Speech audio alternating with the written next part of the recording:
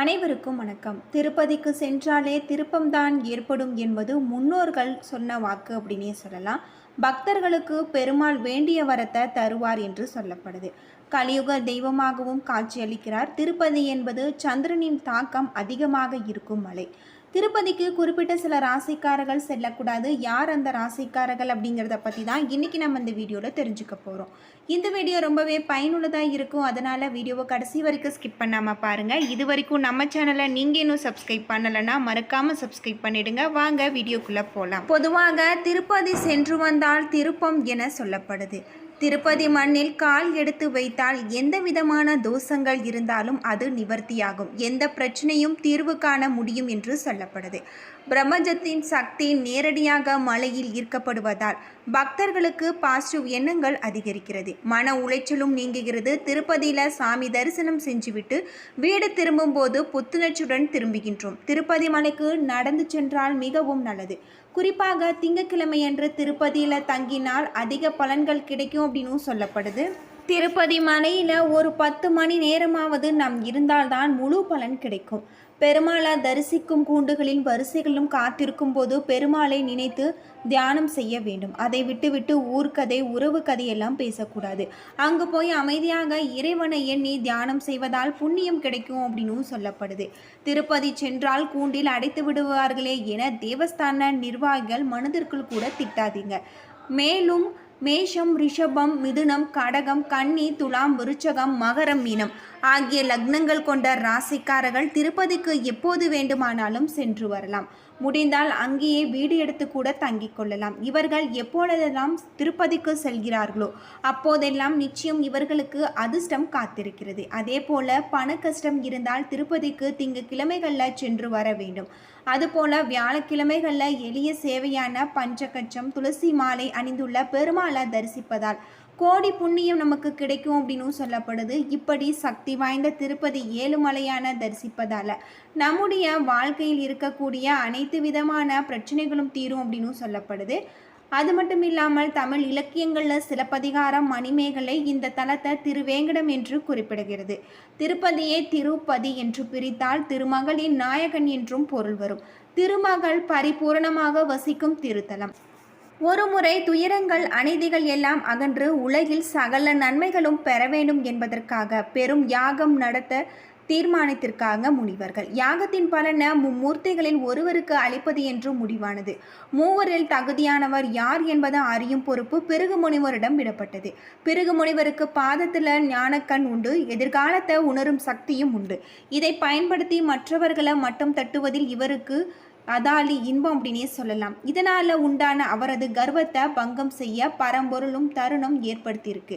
அது மட்டும் இல்லாமல் பிருகு முனிவர் முதலில் சத்தியலோகம் சென்றிருக்காரு. அங்கு சரஸ்வதியும் பிரம்மனும் தனித்திருந்திருக்காங்க.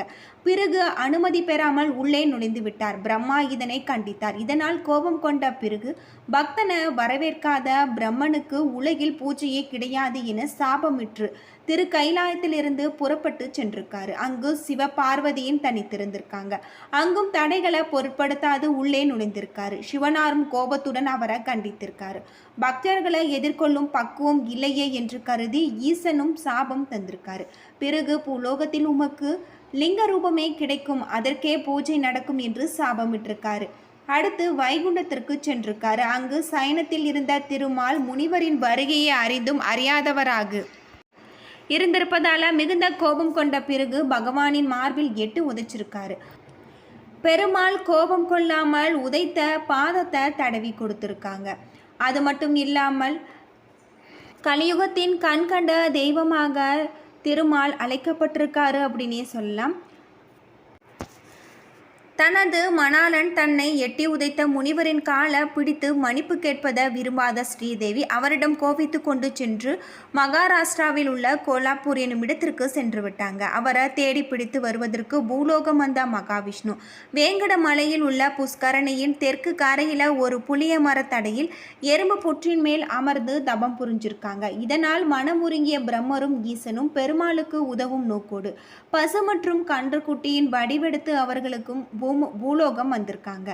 இத்தனை சக்திகளையும் சூரிய பகவான் மூலம் அறிந்த மகாலட்சுமி அவரது அறிவுரைப்படி மாடு மேய்க்கும் பெண்ணாக உருக்கொண்டு வந்து பசுவையும் கன்றுவையும் சோழ மன்னனுக்கு விட்டிருக்காங்க. அவற்றை வாங்கிய சோழ மன்னன் பணியாட்கள் அவரை வேங்கடமலைக்கு மேய அனுப்பியிருக்காங்க.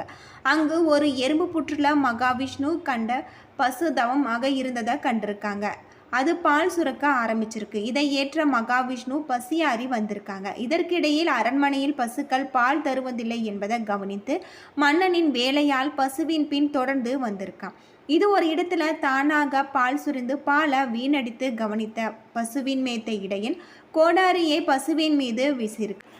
அந்த நிலையில் தான் வீசிய ஆயுதம் மகாவிஷ்ணுவை தாக்கி இதனால் ரத்தம் வருவதை கண்ட வேலையால் அதிர்ச்சியில் உயிரிழந்தான். இரத்த கரையுடன் பசுமாடு வருவதை கண்ட சோழராஜா என்ன நடந்தது என அறிய அதன் பின்பு தொடர்ந்திருக்கான். அங்கு ஒரு புற்றுக்கு ஒன்றின் அருகே தனது வேலையால் இறந்து கிடப்பதை கண்டு எதுவும் அறியாமல் விழித்தான். அப்பொழுது அவனுக்கு காட்சியளித்த விஷ்ணு அவனது வேலைக்காரன் செய்த குற்றத்திற்கும் மன்னனுக்கும் சாபமிட்டிருக்காங்க. ஆனால் மன்னன் மீது தவறு ஏதும் இல்லாத காரணத்தினால் அவன் அடுத்த ஜென்மத்தில் ஆகாசராஜனாக பிறப்பெடுக்க வேண்டும் என்றும் தனக்கு பத்மாவதிக்கும் திருமணம் நடக்கும் எனும் சமயம் அவரது சாபம் தீரும் எனவும் ஆசி வழங்கியிருக்காரு. இந்த சபமங்கள் நடந்த காலகட்டத்தில் திருமலை வராக சுவாமியின் இருப்பிடமாக ஆதி வராக இருந்ததற்கு சோழ ராஜாவிற்கு ஆசி வழங்கி அனுப்பிய மகாவிஷ்ணு சீனிவாசன் என பெயருடன் தனக்கு ஒரு இருப்பிடம் வேண்டி வராக சுவாமியை சந்தித்ததாக சொல்லப்படுது. அவரும் மகிழ்ந்து இடம் அளித்திருக்காங்க. அதற்கு நன்றி கூறும் விதமாக தான் இன்றும் திருமலைக்கு செல்பவர்கள் முதலில் புஷ்கரணியில் குளித்து வராக சுவாமியை தரிசித்து பூஜை நைவேத்தியங்கள் முதலில் அவருக்கு செய்துவிட்டு பிறகு வெங்கடேச பெருமாளை தரிசிக்க வேண்டும் என ஒரு ஐதீகம் இருந்திருக்கு. இதை அனைத்துமே ஒரு ஜென்மத்திற்கு கதை. சோழ மன்னனின் அடுத்த ஜென்மத்தில் தொடர்கிறது. அடுத்த பிறப்புல சோழ மன்னன் ஆகாச ராஜாவாக பிறந்திருக்கான். பிறந்து வளர்ந்து அனைத்து வளன்களும் பெற்று திகழ்ந்து அவனுக்கு பிள்ளை பயிர் இல்லை. இதனால் யாகம் செய்து எண்ணிய அவன் நிலத்தை உளுந்த பொழுது அழகிய தாமரை மலர் ஒன்று தோன்றியது. அதன் அருகில் சென்று பார்த்தபோது அதில் ஒரு பெண் குழந்தை இருப்பது தெரிந்தது. அப்போது அதை எடுத்து வளர்த்தால் சகல சௌபாக்கியங்களும் உண்டாகும் என அசிரிரி கேட்டது. தாமரை மலரில் தோன்றியதால் பத்மாவதி என பெயரிட்டிருக்காங்க. சீரும் சிறப்புடன் வளர்த்து வந்திருக்காங்க. இதனிடையில சீனிவாசன் என பெயரோடு வாழ்ந்து வந்த மகாவிஷ்ணு பத்மாவதியை கண்டிருக்கான். உடனே பெற்ற தாய் போல தன்னை கவனித்து வந்த வகுலாதேவியுடன் சென்று பூர்வ ஜென்ம கதைகளை கூறி பத்மாவதியை தான் மணக்க வேண்டிய அவசியத்தை கூறியிருக்காங்க. அதே சமயம் ஆகாசராஜாவும் அவனது மனைவியுடன் கூட தங்களது மகள் வேங்கடமலையில் வசித்து வரும் சீனிவாசனை மணக்க விரும்புவதை அறிவிச்சிருக்காங்க. இரு வீட்டார் சம்பந்தத்துடன் தேவர்களும் சிவன் பிரம்மா புடைசூழ சீனிவாசன் பத்மாவதி திருமணம் நடைபெற்றது. இந்த கதையும் இந்த திருமணமும் நடைபெற்ற இடம்தான் திருவேங்கடமலை.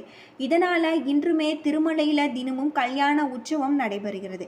அது மட்டுமின்றி பிரம்மோற்சவம் நடக்கும் 9 நாட்கள் மஞ்சள் குங்குமம் சேலை திருப்பதியில இருந்து திருச்சானூருக்கு வரும் பத்மாவதி தாயாருக்கு எடுத்து செல்லப்படுவதாக சொல்லப்படுது. இப்படி பல அதிசயங்களை கொண்ட கோவிலாக தான் திருப்பதி ஏழுமலையான் கோவில் இருக்கு அப்படின்னே சொல்லலாம். என்ன நண்பர்களே, இந்த வீடியோ உங்களுக்கு பயனுள்ள தகவலை தந்திருக்கும்னு நினைக்கிறேன். வீடியோ பிடிச்சிருந்தா லைக் பண்ணுங்கள், ஷேர் பண்ணுங்கள், கமெண்ட் பண்ணுங்கள். இது போல தகவலை தெரிஞ்சுக்க நம்ம சேனலை மறக்காமல் சப்ஸ்கிரைப் பண்ணுங்கள். நன்றி நண்பர்களே.